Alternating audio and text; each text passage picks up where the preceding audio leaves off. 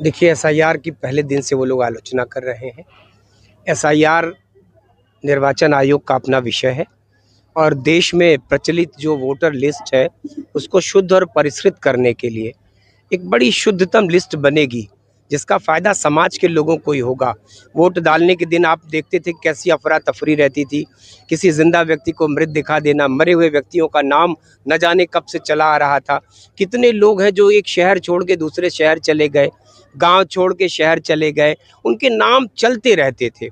ऐसे बोगस नामों को हटाना और नाम जिनका है, जो रहने वाले लोग हैं, उन्हीं का नाम वोटर लिस्ट में हो। आपने देखा कि उत्तर प्रदेश में इतने करोड़ों नाम कटे हैं, तो ये सब बोगस वोट थे।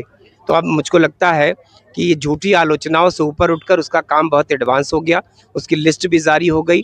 अब नए नाम जो जुड़ने हैं, जो नौजवानों के और जिनके छूटे हुए नाम हैं, वो जुड़ने की प्रक्रिया चल रही है और ये वो झूठा पानी पीटने का काम कर रहे हैं। तो जिस तरीके से पीड़ित परिवारों की वो आर्थिक मदद कर रहे हैं, उस मदद को कैसे देखते हैं? देखिए, मदद तो होनी चाहिए, मानवीय संवेदनाओं का विषय है और सरकार भी उसको संज्ञान ले रही है। किसी भी व्यक्ति के परिवार के साथ अगर कुछ गलत घटित हुआ है, सरकार उसको संज्ञान लेगी और उस परिवार की मदद करेगी। तो सर, बनारस के ज्वेलर्स देखिए, ऐसा विषय है, ये चोरी जो हो रही है दुकानों में, उसको रोकने के लिए, किसी की भावनाओं को ठेस पहुंचाने के लिए मुझको लगता है कि ऐसे प्रयास नहीं है और ये किसी का अपना व्यक्तिगत, दुकानदारों का अपना व्यक्तिगत मामला है।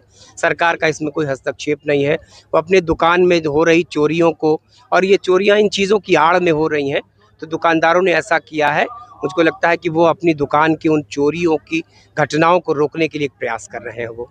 सर, अंत में सिर्फ एक सवाल की मर्यादा पुरुषोत्तम भगवान राम की नगरी हो, बाबा विश्वनाथ की नगरी हो, माँ विंध्यवासिनी का धाम हो, चाहे वो मथुरा वृंदावन हो, ये पवित्र हमारे धार्मिक शहर हैं, ये हमारी आस्था के केंद्र हैं, अध्यात्म के शहर हैं।